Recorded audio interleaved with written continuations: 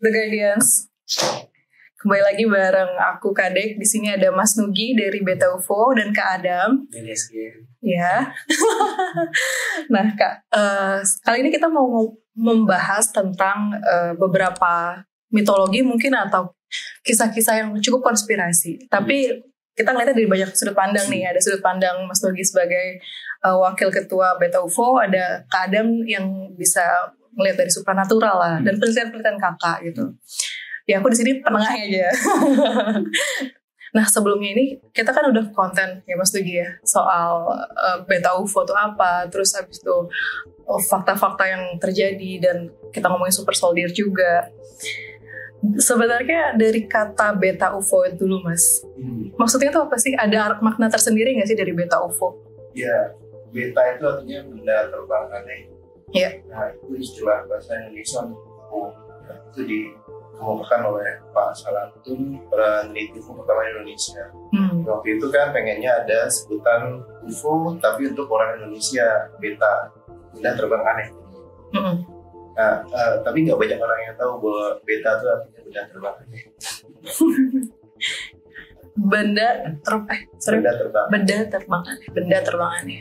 Berarti bahasa Indonesia ini ya? Jujur pertama kali saya dengar organisasi beta, maksudnya beta itu apa? Gitu. Iya, aku juga sih. Beda terbang aneh. Jadi kita memang banyak mengambil warisannya Pak Salantun.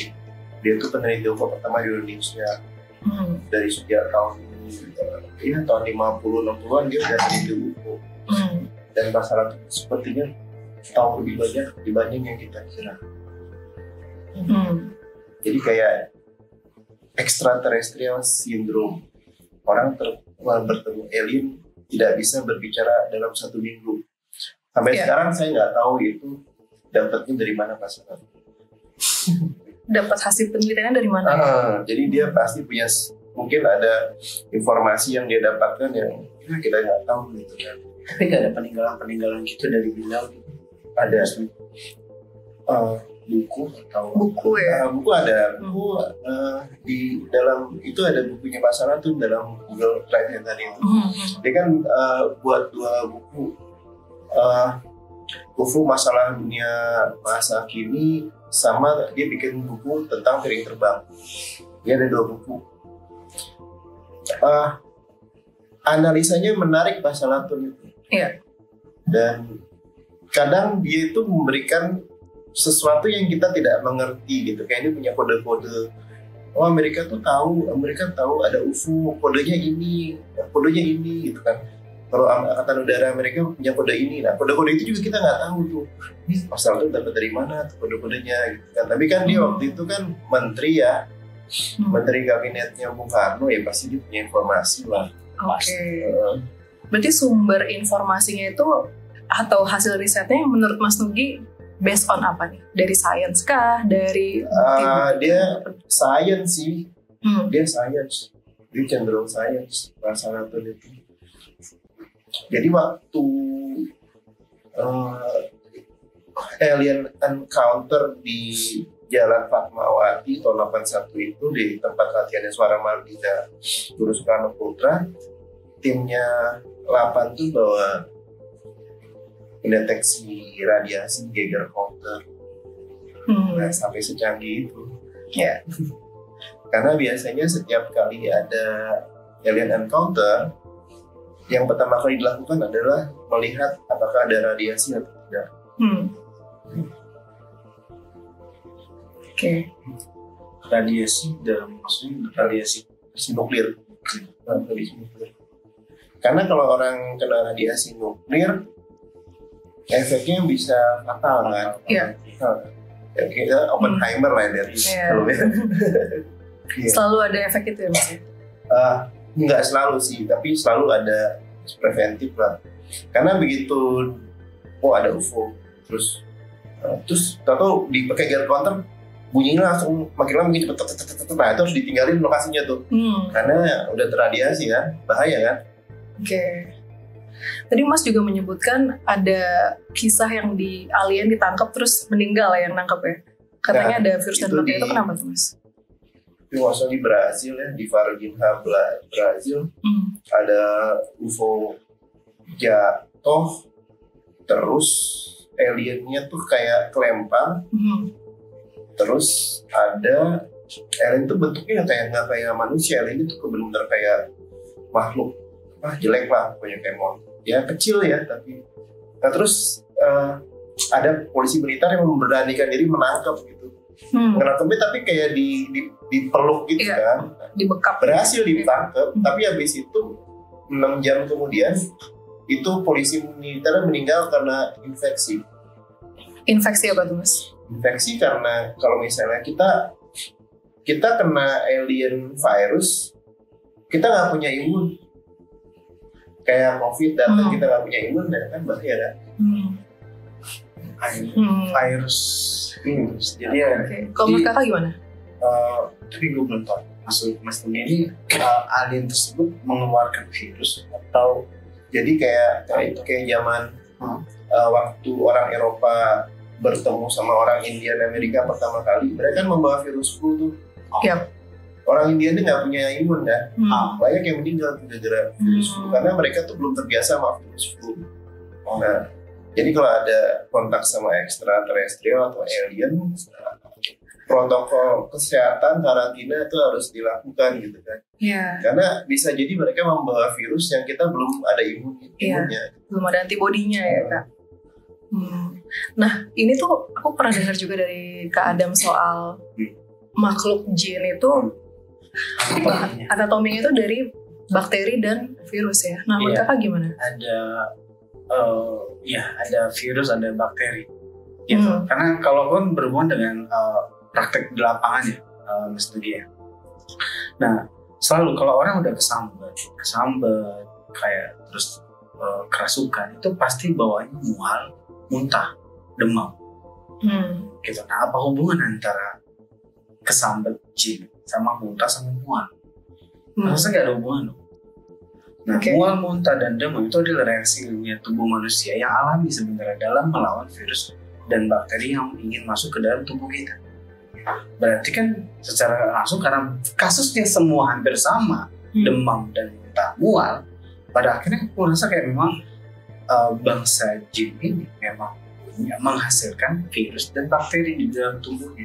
Mungkin bukan menghasilkan, lebih tepatnya ada, gue nggak bisa bilang menghasilkan, tapi lebih ke ada virus bakteri di dalam anatominya dia.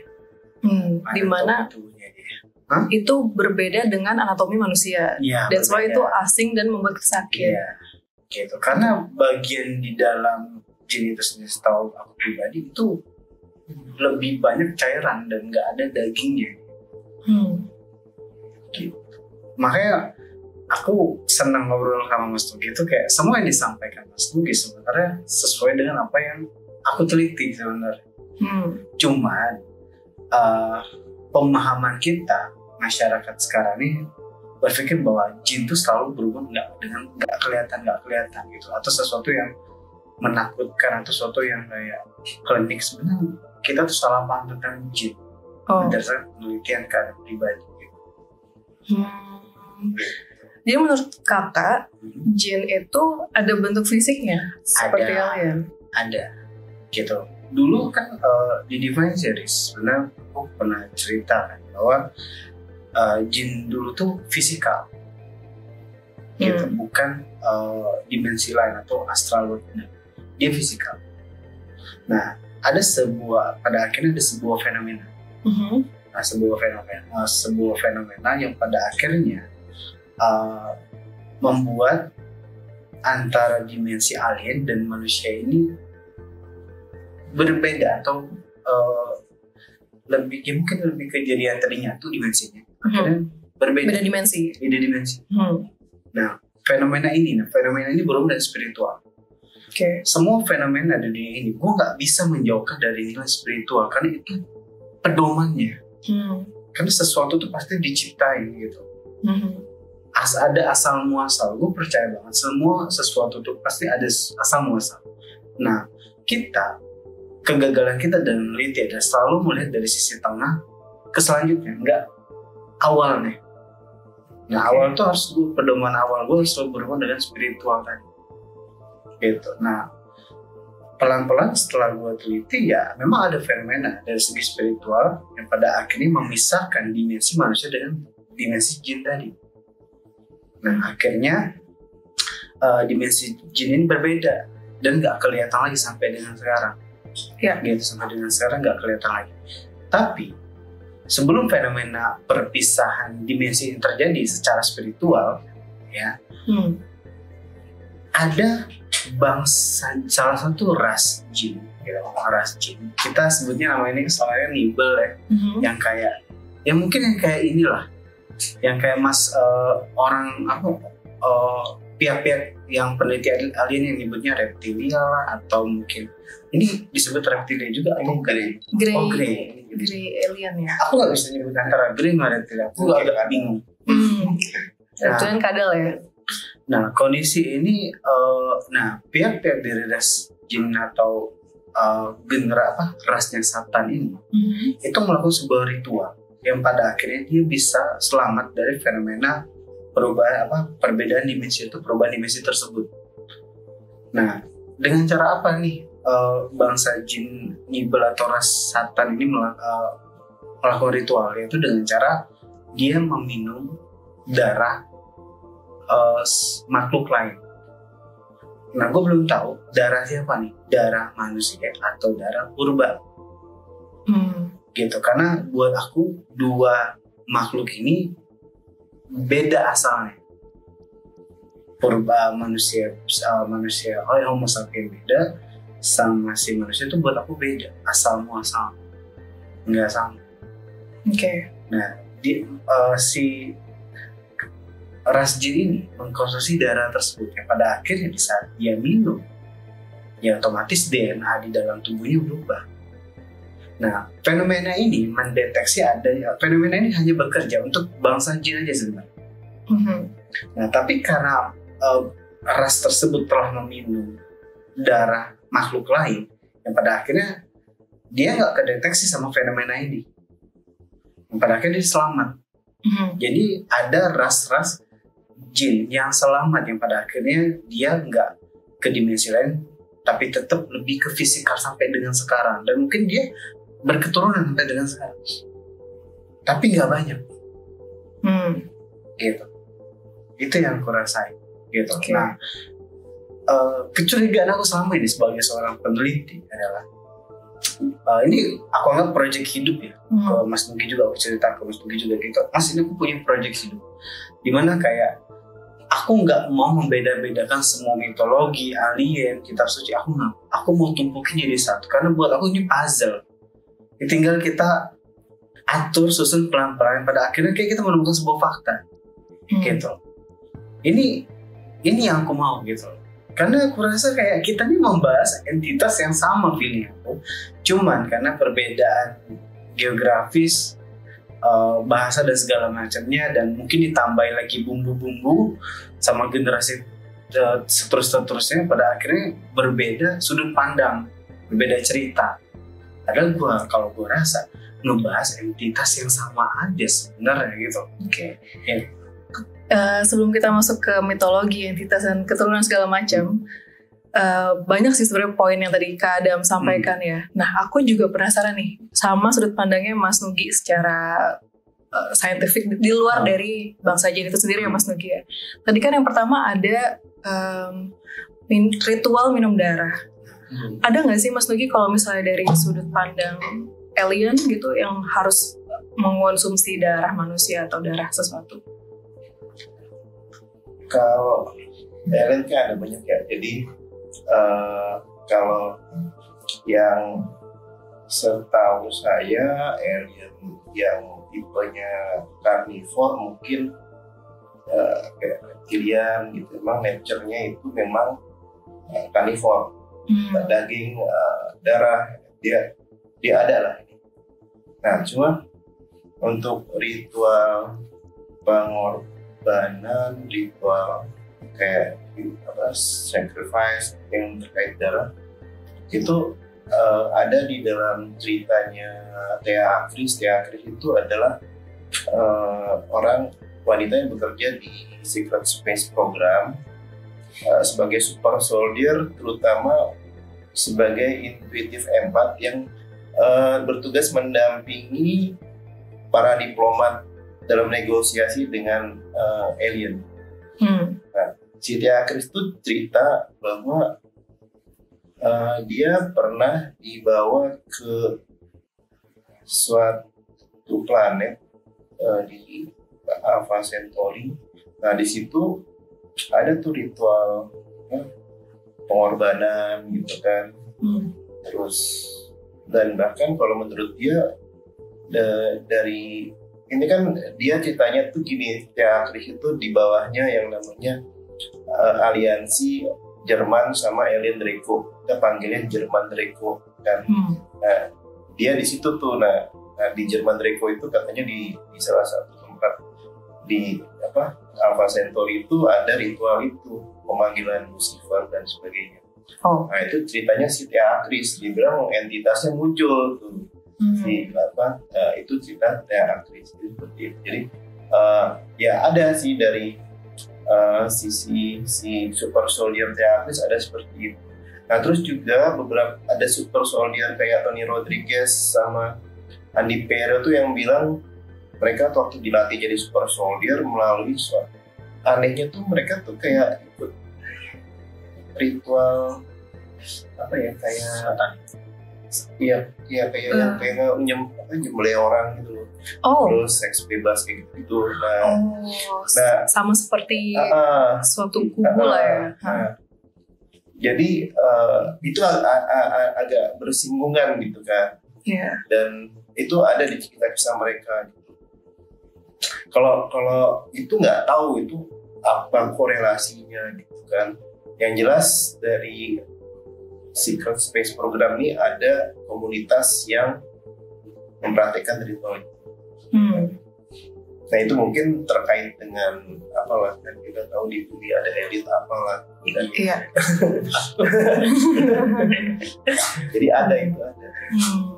Berarti ada salah satunya gitu ya. Jadi kenapa ya ada di planet lain mereka juga melakukan itu. Dan di planet di Alpha Centauri itu katanya entitas yang kata si Tia Chris dia bilang itu Lucifer, cuma nggak tahu ya.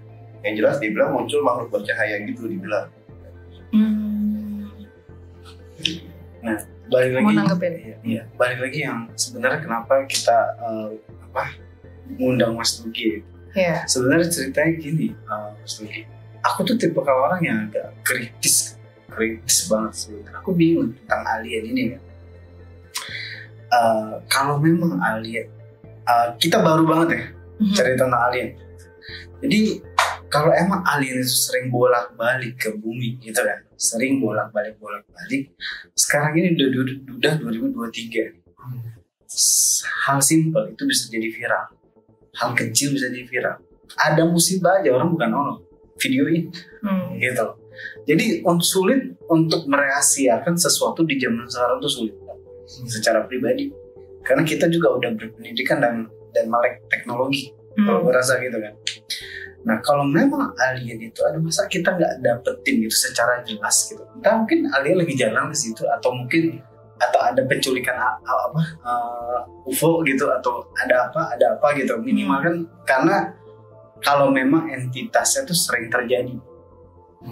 Gitu, fenomena sering terjadi gitu. Karena zaman dulu kan kayak sering banget tuh ada fenomena-fenomena, tapi yang selalu mencetuskan itu kebanyakan badan intelijen terus nih, sampai dengan sekarang dikit badan intelijen, dikit orang yang bekerja di badan intelijen sendiri. Jadi kayak buat gue tuh kayak emang orang publik nggak pernah gitu merasakan yang benar-benar kayak ngevideoin banget gitu sampai sampai viral gitu, dan sering kenapa nggak seperti itu sih gitu. Gue mikirnya, makanya gue curiga kayak jangan-jangan konspirasi. Ini masih tahap konspirasi nih guys, masih konspirasi, belum tentu omongan gue benar gitu.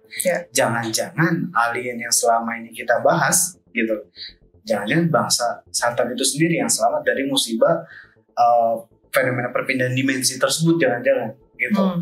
Dan ngatur pergerakan di bumi, maksudnya pergerakan kehidupan di bumi ini atau bagian dari elit global itu kalau gue rasa. Gitu. Nah, menurut Mas Nugi gimana? Tadi sebenarnya statement kakak ada beberapa yang Mas Nugi jelasin di video sebelumnya. Jadi kayak misalnya ada bukti-bukti adanya penangkapan UFO dan segala macam. Mungkin Mas Nugi mau nanggepin dulu kali ya soal itu. Iya, gimana Mas Nugi? Iya, jadi kalau kita bicara alien dari ekstraterestrial dulu, satu argumen yang biasa mau mematahkan adalah pertama, mereka tuh paling deket sistem bintang tuh 4 tahun cahaya ya. Mereka harus punya pesawat yang kecepatannya ya minimal mendekati kecepatan cahaya kan. Padahal pada dalam hukum fisika transformasi Lorentz itu semakin mendekati kecepatan cahaya semakin besar massa dari sebuah benda.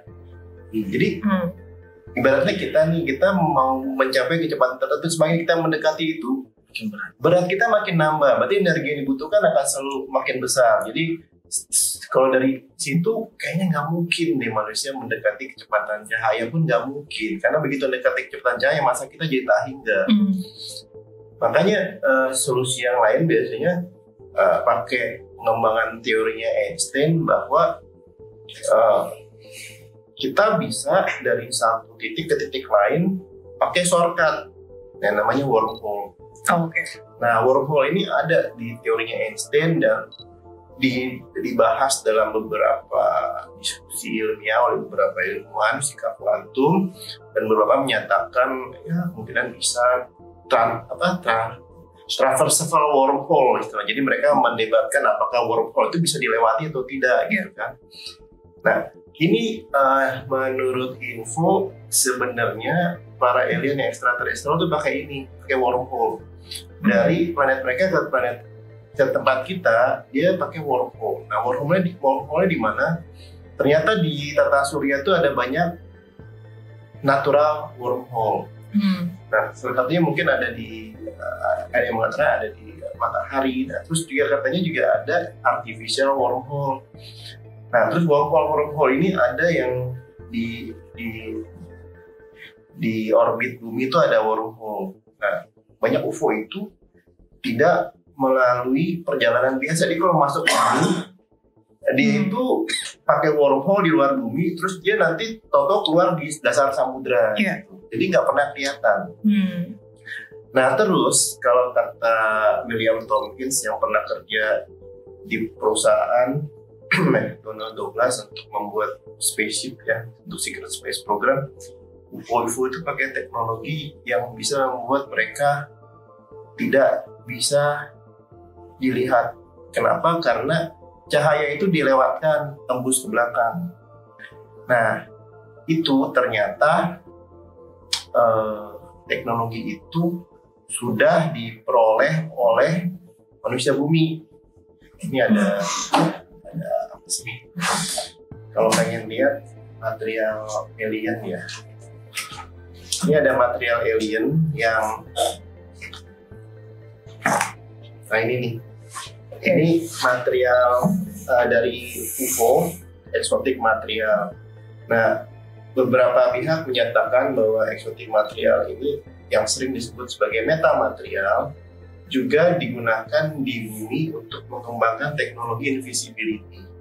Nah, teknologi invisibility itu teknologi bisa membuat kita tidak bisa dilihat. Nah, teknologi ini udah ada yang mengembangkan ilmuwan fisika dapat Nobel tahun 2013 untuk invisibility ini. Ada yang mengembangkan tahun 2013. Jadi sekarang itu udah beberapa perusahaan mengembangkan teknologi invisibility ini.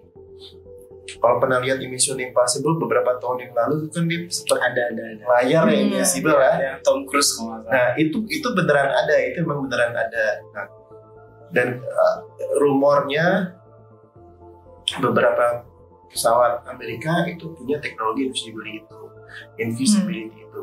Nah, ini semakin membuat kita susah ya. Ini UFO-nya mana? Oh, UFO-nya invisible. Tapi katanya kalau misalnya UFO itu invisible, yang bisa membuat mereka tidak invisible apa? Logikanya itu kan pakai elektromagnet ya. Nah, jadi kalau ada gangguan listrik, badai, petir segala macam, elektromagnet, kemungkinan dia itu tidak invisible. Nah, makanya kadang-kadang UFO itu bisa dilihat, bisa enggak. Nah, terus kemungkinan ada orang-orang tertentu yang bisa menangkap gelombang dari UFO, karena UFO itu ternyata bisa ditangkap sama inframerah. Ya, inframerah berarti pakai sensor inframerah. Ada yang bisa ditangkap pakai sensor night vision yang ultraviolet juga. Jadi dia di luar, satu inframerah kan sebelum cahaya tampak, ultraviolet setelah cahaya tampak kan. Jadi dia tuh memang sengaja di frekuensi yang di luar cahaya tampak, jadi emang nggak kelihatan, sengaja dibuat nggak kelihatan. Nah, cuma memang menarik sih kalau misalnya hubungannya sama tadi apa? Setan jin ya. Jin. Nah, itu ada cerita waktu perang Vietnam, ada prajurit Amerika yang mau ditangkepin alien grey. Jadi tanya ini lagi perang nih, prajurit Amerika tahu turun UFO, terus muncullah beberapa alien grey menangkapi prajurit itu.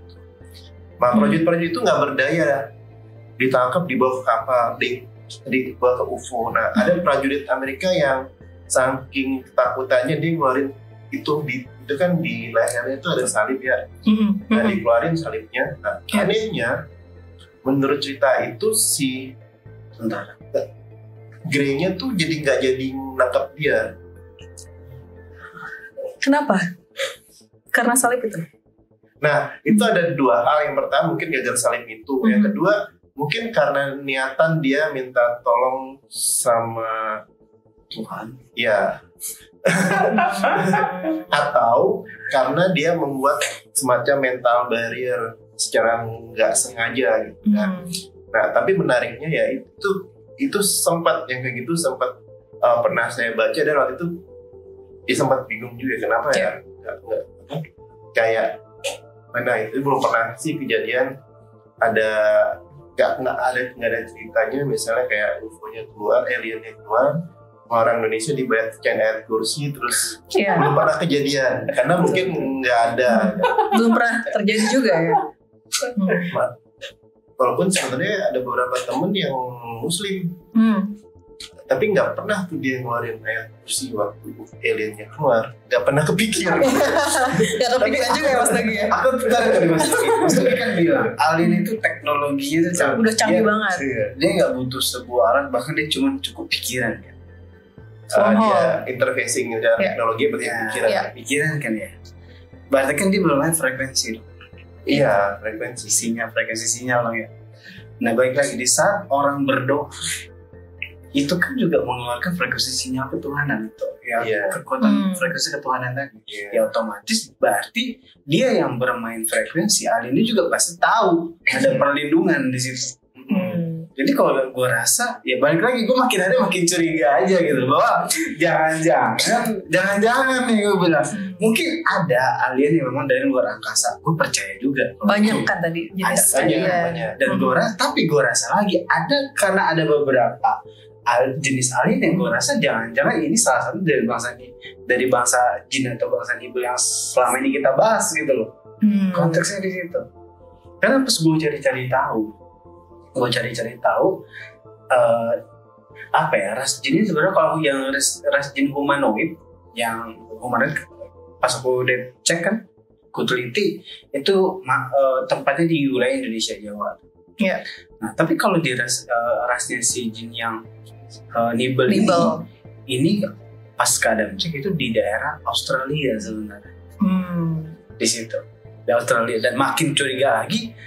Ini kenapa nih ya di Australia kan pernah kejadian pembantaian suku aborigin.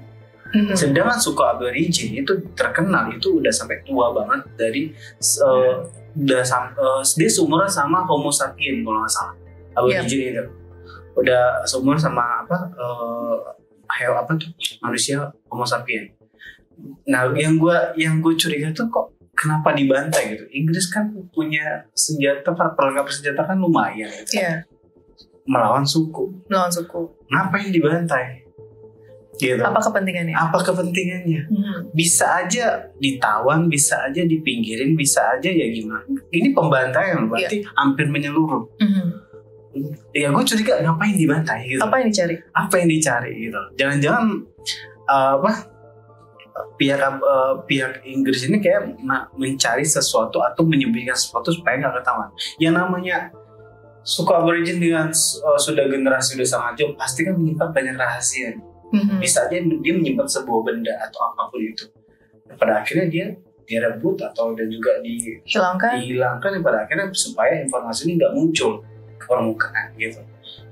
Itu sih karena Inggris tuh ngejajah itu banyak. Kenapa suku Maya ya ada suku Maya sama suku aborigin aja yang di Indian yang dibantai gitu. Jujur kalau gue pribadi selalu melihat sesuatu itu dengan kritis. Gue nggak mau lihat sama seperti orang lihat, gue nggak suka. Karena dunia ini penuh dengan konspirasi, gitu loh. Kalau kita ngikutin alurnya aja tanpa kita pelajari dengan baik, ya bisa aja kita jadi orang yang iya aja, lu nggak akan lihat kebenaran di saat cuma mengiyakan doang gitu. Menarik. Bang versi Adam gitu. Menarik. Nah, ngomongin soal Australia nih, Mas Nugi, ada sesuatu di Australia nggak sih yang berhubungan dengan alien?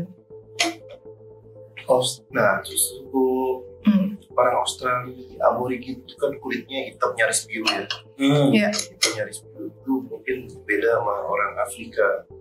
Nah, terus di sana tuh ada yang namanya bumerang yang bisa balik sendiri, ya kan? Tempat lain tuh nggak ada.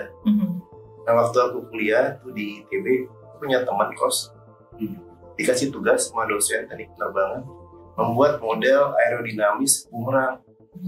Pusing setengah mati. Coba teknologi dari mana sih? Padahal ini tuh orang primitif ya. Ini orang primitif ya. Terus kan, nah itu katanya kenapa pusing? Ya bayangin aja dia bolak-balik gitu kan. Nah, jadi ini memang kalau dibilang teknologi, dia tuh canggih, aerodinamisnya bumerang tuh canggih. Karena dia bisa balik dan dia tuh muter-muter gitu kan. Nah, terus itu satu. Waktu masih kuliah tuh, wah ini berarti canggih nih orang-orang Australia yang punya teknologi bumerang yang dimodelin matematika aja kita pusing ya sebagai mahasiswa teknik. Terus, nah ternyata di Australia itu ada peneliti namanya Rex Gilroy, pernah dengar nggak? Belum pernah. Nah dia tuh meneliti peradaban-peradaban, ternyata ada peradaban mungkin kayak Egyptian gitu yang ada di Australia. Nah, terus dia juga meneliti sampai ke Kepulauan Solomon di Pasifik ya. Nah, terus dari situ dia dapat informasi kalau menurut mitos di Kepulauan Solomon itu di daerah barat mereka kan Australia. Itu ada peradaban namanya Uru. Iya. Nah, peradaban Uru itu punya teknologi di Australia kapal terbang. Iya. Punya teknologi kapal yang bisa terbang. Nah itu ada. Jadi mungkin ada benarnya bahwa dulu tuh ada peradaban yang canggih di Australia. Kalau yang bumerang itu udah pasti benar. Udah pasti benar ya. Itu susah itu modelin. Boleh tahu nggak Min? Bumerang itu ada tahun kapan ya? Boleh cari tahu nggak? Jauh dulu banget. Udah lama banget. Itu kan senjata tradisional banget kan. Nah kalau yang Uluru ini, Gunung Uluru ya? Uluru ya, kalau ini peradaban Uru namanya. Oh beda lagi. Peradaban Uru. Di situ juga. Menurut Rex Gilroy itu ya di Australia. Oh bukan di tempat yang Uluru itu ya? Nggak tahu, dia bilangnya dia tuh meneliti kayak ada situs-situs kuno di Australia yang menurut dia tuh ya kayak Mesir gitu. Jadi ada peradaban di Australia yang tidak pernah dipublikasikan gitu kan.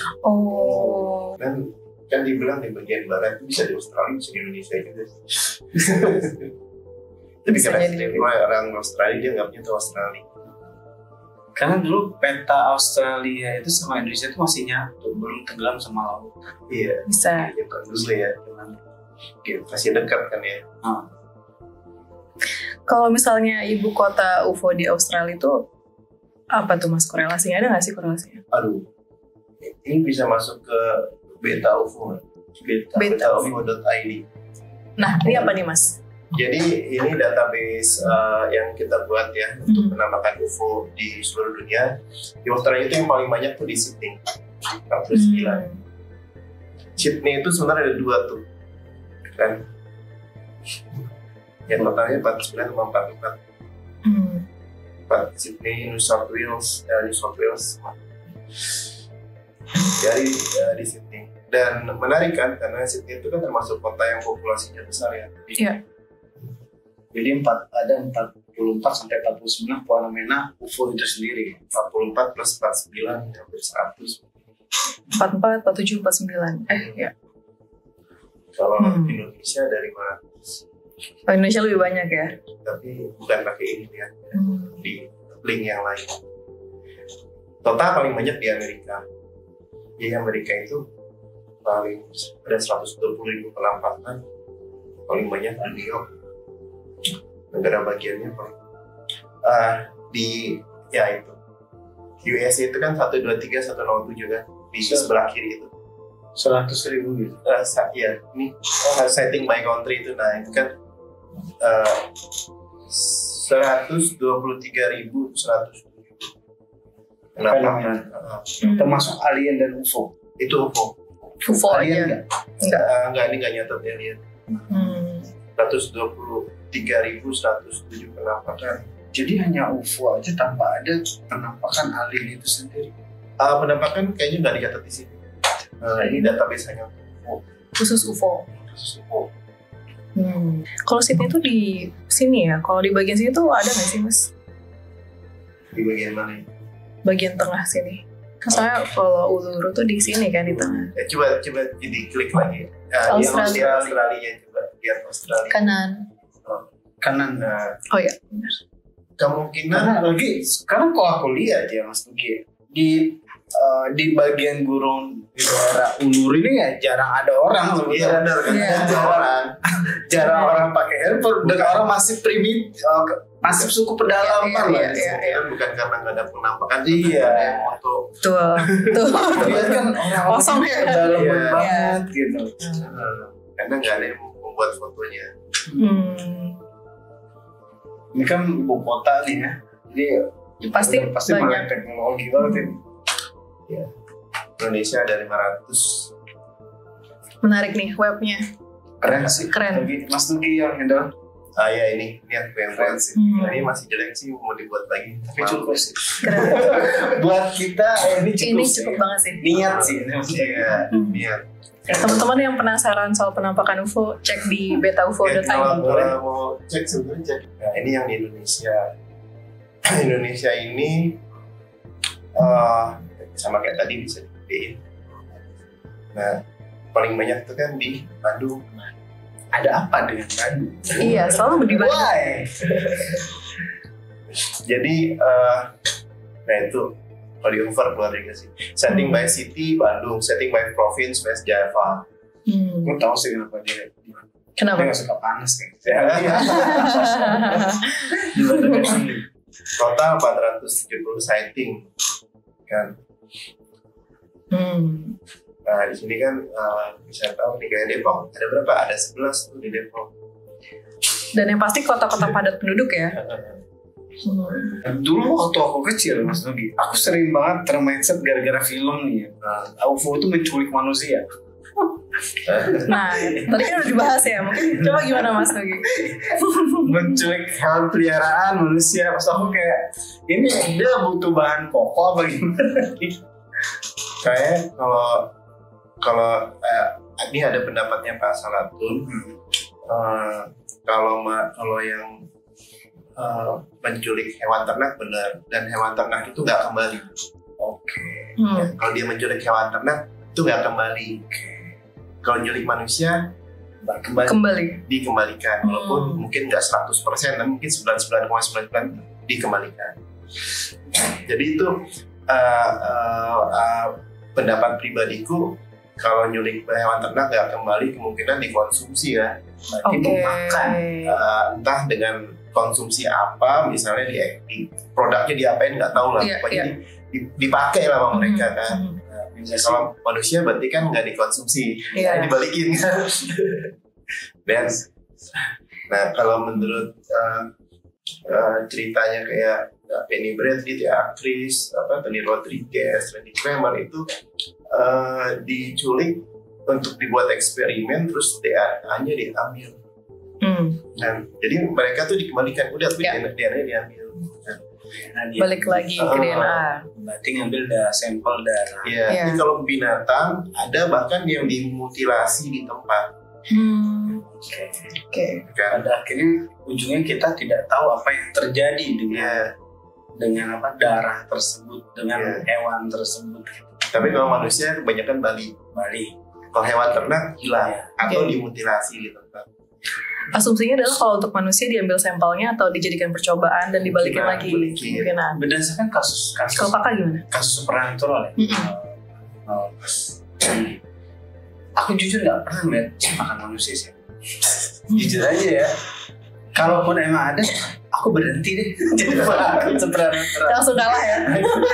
Saya kata dia seperti pirek gitu ya. Mungkin saya berhenti hari ini gitu jadi pelaku supernatural gitu. Tapi enggak. Memang dia mengkonsumsi darah. Makanya kan banyak mitos-mitos yang kayak, ya sorry ini darah haid, gitu kan, darah haid, hewan segala macam, dia suka mengkonsumsi. Nah ini sebenarnya gue jarang nge-spill nih, dan hampir gak pernah gue spill, tapi ya harus gue spill di sini. Apa ya namanya? Kan banyak kasus tiba-tiba tuh kan banyak orang yang tiba-tiba bau habis darah gitu, padahal nggak ada bau darah gitu kan, bau bengkoang, bau kentang, bau bangkai gitu, bau melati gitu. Kok tiba-tiba ada bau? Biasanya kan secara orang umumnya Indonesia dikit-dikit kayak dihubungkan dengan supranatural atau eksistensi yang ada penampakan ya astral jahat gitu atau apa gitu ya. Tapi kalau gue cek secara di lapangan memang ada. Jadi kita ngomong jin yang nggak fisikal ya sekarang ya. Kita ngomong jin yang nggak fisikal memang bisa mengkonsumsi sebuah benda. Gitu. Dengan cara apa? Disublim sama dia.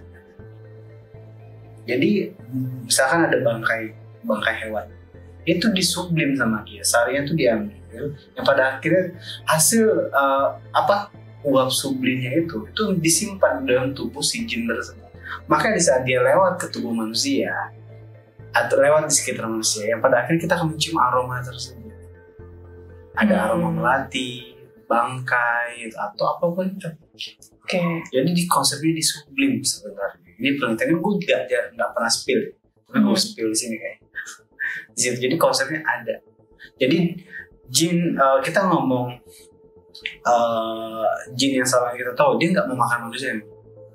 Bahkan yang fisikal pun nggak mau makan manusia, tapi dia memang mengkonsumsi darah, mengekstrak itu, untuk kebutuhan dia nggak tahu untuk fisik mereka gitu. Kalau menurut beberapa astral yang gue wawancarain dengan baik gitu, ya. Jadi mereka bilang di saat mengkonsumsi darah manusia, kekuatan mereka bertambah dan energi mereka bertambah. Layaknya manusia, analoginya itu memakan 4 sel dengan sempurna, dan mereka bisa berpindah dimensi dengan cepat. Gitu katanya. Gitu. Oke, aku senang sih Mas Dogi ngomong kayak gini. Masuk lagi kan gue bilang, walaupun dia Mas Dogi ngomongin alien, aku ngomongnya jin. Sebenarnya pemahamannya sama, cuman kita ngomongin 2 tokoh yang berbeda. Sebenarnya kalau aku rasa sama aja sih sebenarnya. Pola dan konsepnya mungkin mirip. Sama. Iya gitu. Sama, tapi kita gara-gara ngomongin Mas Dogi ngomongin alien, gue ngomongin jin, seolah nggak masuk.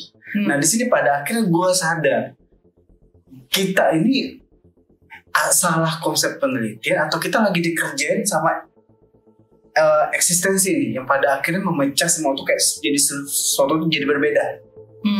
Mitologi agama, mitologi budaya segala macam yang pada akhirnya seolah kepecah. Tapi setelah gue lihat baik-baik, ini jadi satu nih sebenarnya, ngebahas entitas yang sama sebenarnya. Ngerti kan?